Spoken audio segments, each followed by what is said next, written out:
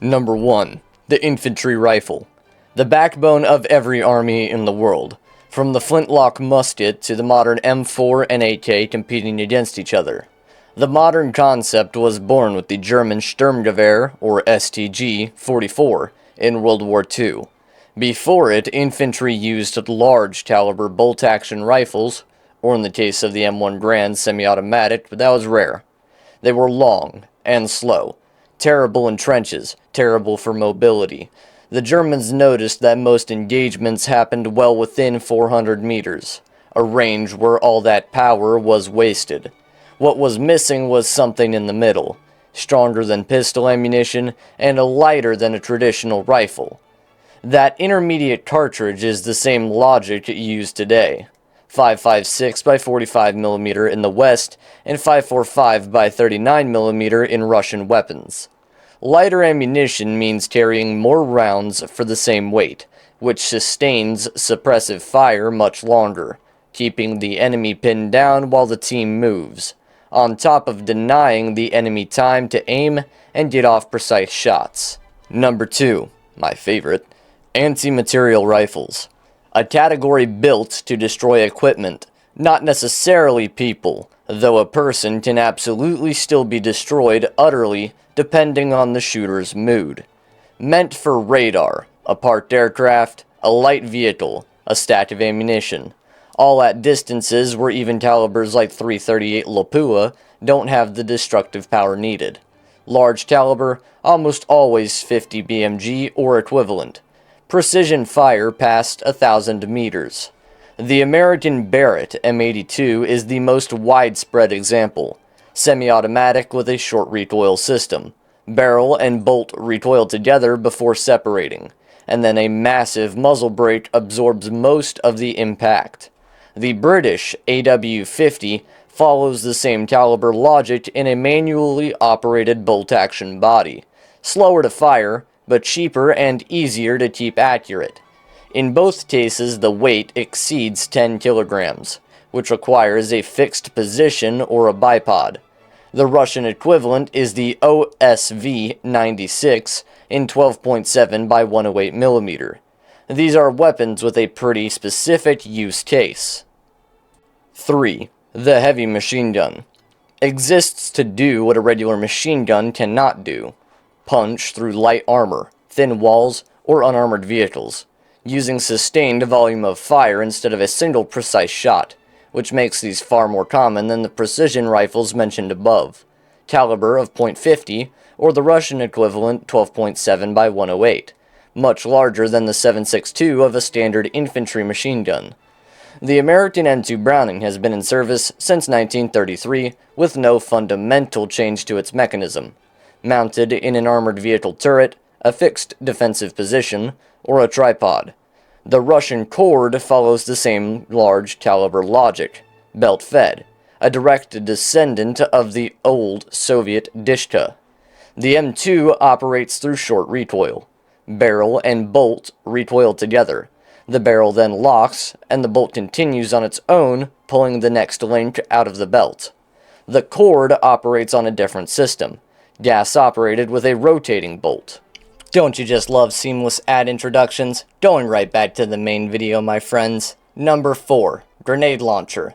Fills the gap between a rifle's range and a mortar's area effect. A 40mm grenade leaves the tube at a fraction of a bullet's speed, on a curved trajectory, reaching a target behind a wall or inside a window that a straight rifle shot could never physically reach. There are 3 main formats. The standalone type, like the M79 Thumper from Vietnam. It operates on its own with its own stock, but leaves the soldier without a rifle available.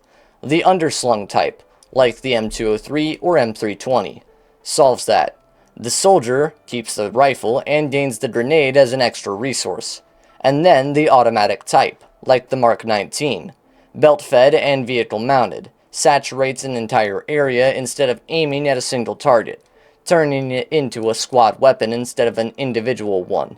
And of course the honorable mention, the Punisher, the Milcore Grenade Launcher, MGL, a revolver grenade launcher. Number 5. Mortars. High Arc Trajectory Artillery. A short, smooth barrel firing a projectile that climbs almost straight up and comes almost straight down, unlike the taut, relatively flat trajectory of a conventional cannon. That curve lets it hit a target behind cover, inside a trench, between dense buildings in a city. Any position, really, that a straight shot from a rifle, machine gun, or even a cannon simply can't reach because of the angle. The calibers cover different roles. 60mm travels with a foot platoon, light enough to carry on the march, with a range near 3 clicks. 120 already approaches light artillery, usually vehicle mounted, with a range near 10 kilometers. The 81 Mike, like the American M252, sits right in the middle, covering an entire company with a crew of 3 or 4 soldiers, range near 6 kilometers. At any caliber, the principle is the same. No trigger. The projectile drops down the smooth tube, and the primer at the base strikes a fixed firing pin at the bottom, firing from the impact of the fall itself. Alright, time for an off-script bit here, guys. Talking about mortars. I've mentioned my dad and his military service multiple times in my videos.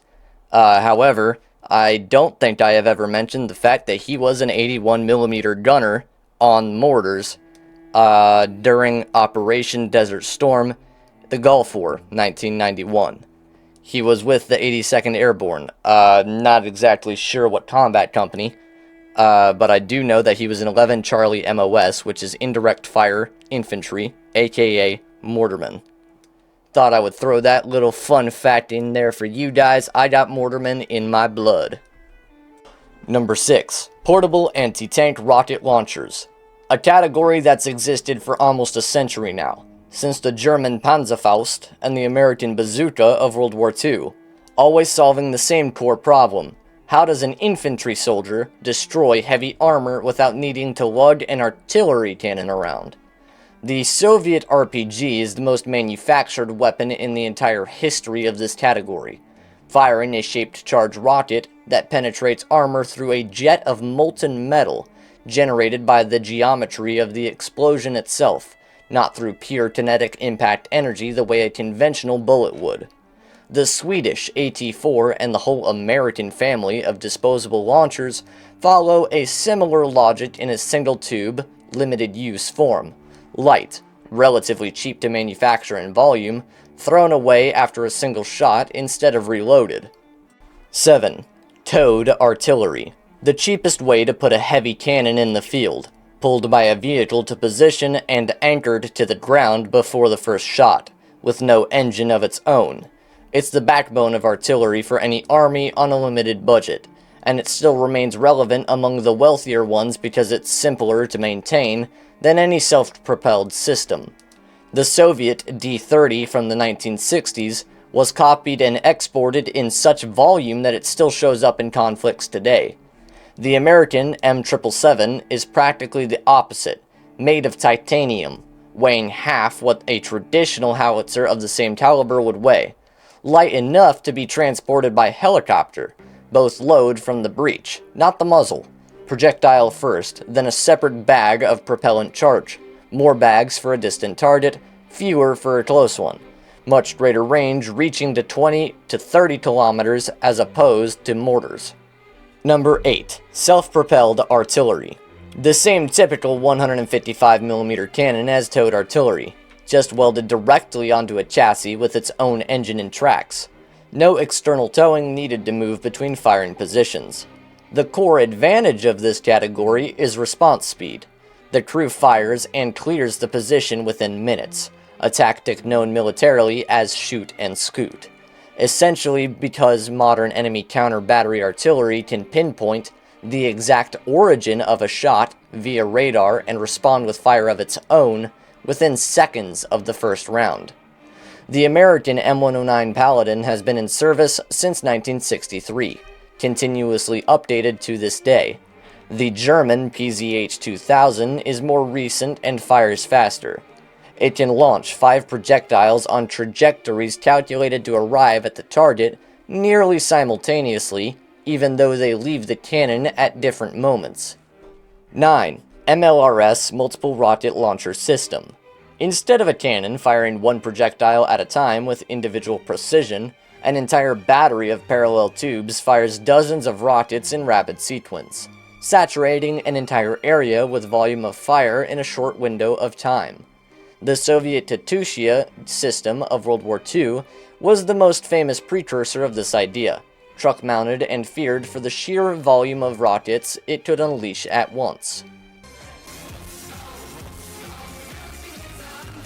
The modern American HIMARS completely updated this concept with GPS-guided rockets, trading the characteristic imprecision of old-school saturation for individual hits on specific targets at distances over 70 kilometers, precision that the original Katyusha never could have had, since it relied purely on volume to make up for the lack of guidance.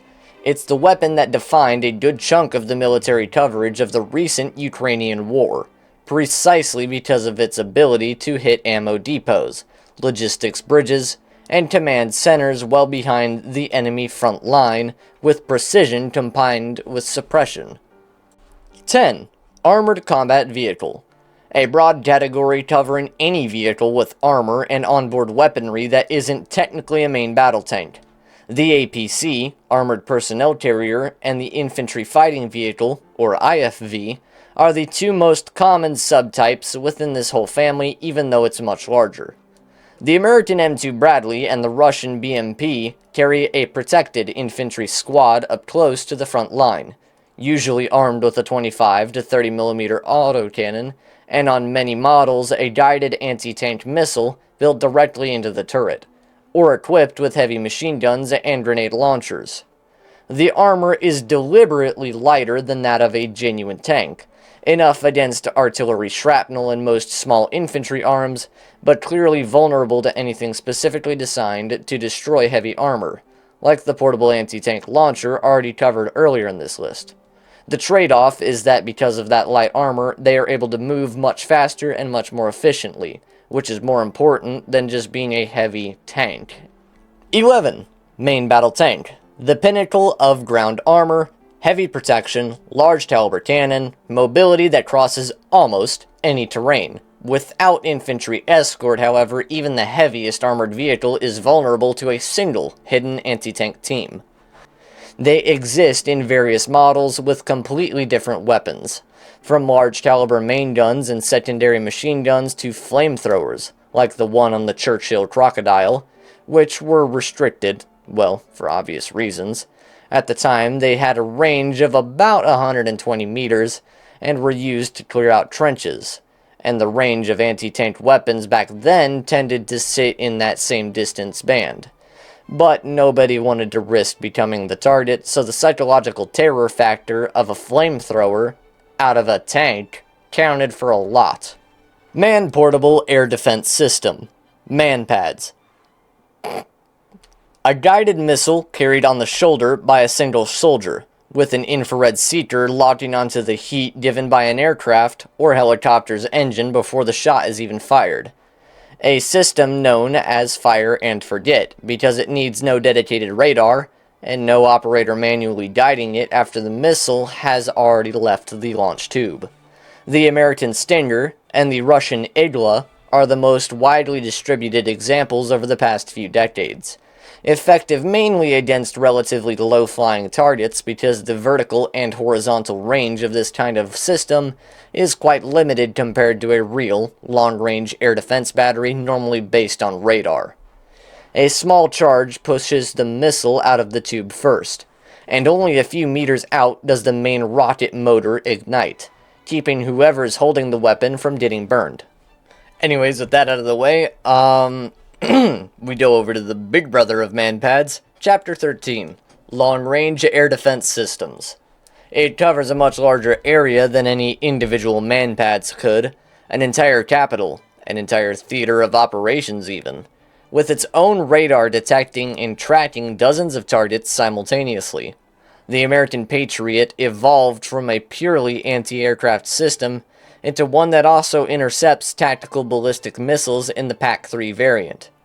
The Russian S-400 follows a similar logic, but with missiles of different ranges within the same system, from 40 to 400 kilometers, covering multiple threat layers with a single battery. In both, the radar doesn't physically rotate.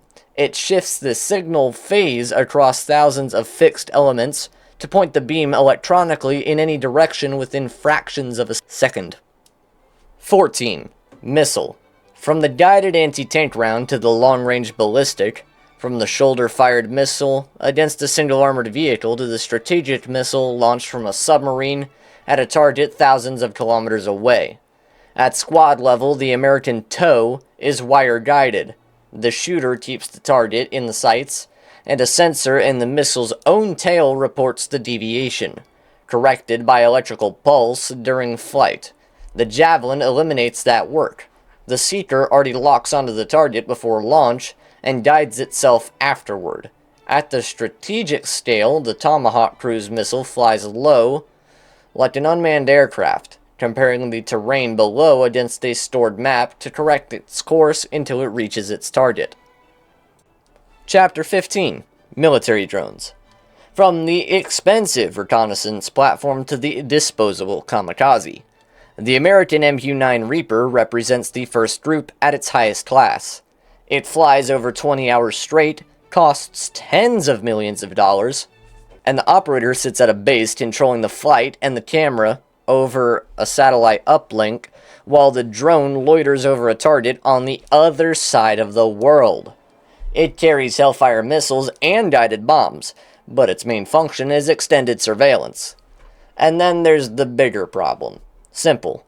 Civilian use drones can be built from the cheapest parts possible. A few propellers, a horribly low quality camera, and a grenade, or any explosive really, strapped on.